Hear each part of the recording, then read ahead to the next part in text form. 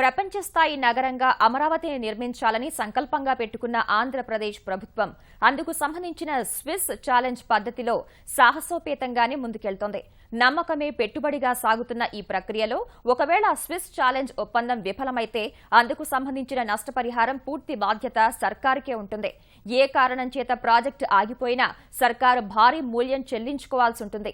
వివాదాలు తలెత్తితే పరిష్కారం కోసం లండన్ న్యాయస్థానాన్ని ఆశ్రయించాల్సి ఉంటుంది.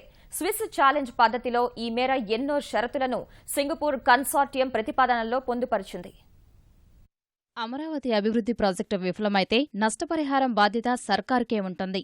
ఉమ్మడి సంస్థ దివాళా తీసినా, ప్రభుత్వమే రద్దు చేసినా, లేక ఇతర కారణాలతో ఆగిపోయినా అప్పులతో పాటు పెట్టుబడి కూడా సర్కారు చెల్లించాల్సి ఉంటుంది. ఈ విషయాన్ని అసెందాస్, సిన్బ్రిడ్జ్, సెంబ్ కార్పులతో కూడిన సింగపూర్ కన్సార్టియం ఆంధ్రప్రదేశ్ ప్రభుత్వానికి ఇచ్చిన స్విస్ ఛాలెంజ్ ప్రతిపాదనలో పేర్కొంది.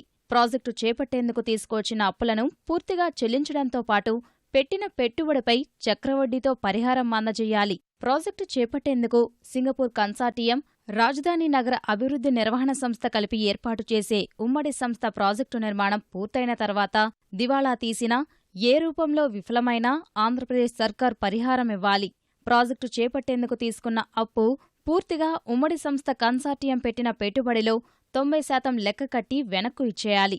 ఏదైనా కారణాలతో ప్రభుత్వమే ప్రాజెక్టు విరమించుకుంటే తీసుకున్న అప్పులతో పాటు ప్రాజెక్టులో పెట్టిన పెట్టుబడి, ఇతరత్రా మార్గాల ద్వారా సమీకరించిన నిధుల వాటాలు, ఇతరత్రా ఖర్చుల మొత్తం 150% చెల్లించాలి. ఈ మొత్తంపై ప్రతి ఏటా చక్రవడ్డీ కింద 20% వడ్డీ కట్టాలి. ఉమ్మడి సంస్థ ఖర్చు చేసిన మొత్తం తిరిగి ఇచ్చేయాల్సిందే. విపత్తులు, రాజకీయేతర కారణాలతో ప్రాజెక్టు రద్దు అయితే 100%, అప్పులు, బీమా మొత్తం 100% పెట్టుబడి నిధులు సర్కారు చెల్లించాలి. పరోక్షంగా రాజకీయ కారణాలతో ప్రాజెక్టు నిలిపివేయాల్సి వస్తే అప్పులు, బీమా మొత్తంతో పాటు ప్రాజెక్టుపై పెట్టిన పెట్టుబడిపై 110% ఇవ్వాలి. ఒకవేళ రాజకీయ కారణాలతో ప్రాజెక్టు ఆగిపోతే పెట్టుబడిపై 16% వడ్డీ చొప్పున లెక్కగట్టి దానిపై 150% అదనంగా ఇవ్వాలి. రద్దుకు సంబంధించిన ఒప్పందం జరిగే వరకు పరిహారం లెక్కింపు జరుగుతోంది. నిర్ణీత గడువులోగా తొలి విడత ప్రాజెక్టు చేపట్టేందుకు భూమిని సర్కారు ఇవ్వకుంటే ప్రభుత్వ వైఫల్యంగా కన్సార్టియం భావిస్తోంది. ఆ సమయంలో ఒప్పందం నుంచి బయటకు వచ్చేందుకు ఉమ్మడి సంస్థకు హక్కు ఉంటుంది. 2-3 విడతల సమయానికి భూమి సమకూర్చకపోతే ఒప్పందం నుంచి బయటకు వస్తారు.